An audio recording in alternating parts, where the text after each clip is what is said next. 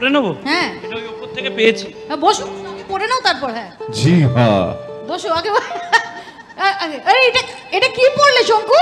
দেখুন, এই চোখে চশমা দিয়েই এসব সামলাতে হবে, কারণ যে মার্গে আপনারা বিচরণ করছেন সেই মার্গে পৌঁছানো যাচ্ছে না, সেই জন্য পরে সামলে রাখছি।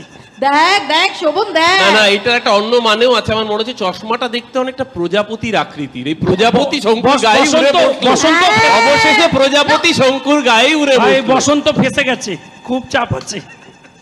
যা, তুমি কোথায় চললে? তুমি আবার কোথায় চললে? আমি এইসব একটু দল বাজাবো। পাল্টে ফেললো। তুমি বাজাবে? আমি ও দল ম্যানেজ পাল্টে করেছি। ফেললো। হ্যাঁ, শুরু করো। কি শুরু করব? গানকে গাইয়ে শুরু করো। এটা কে গাইবে? গান কে গাইবে? শঙ্কু বসে পড়েছে, ঠিক আছে। কি পটা? হলুদ পাখি, হলুদ পাখি, এই ঠিক করে বাজিও। হলুদ পাখি কালো পাখি হয়ে যাবে, কাক হয়ে যাবে।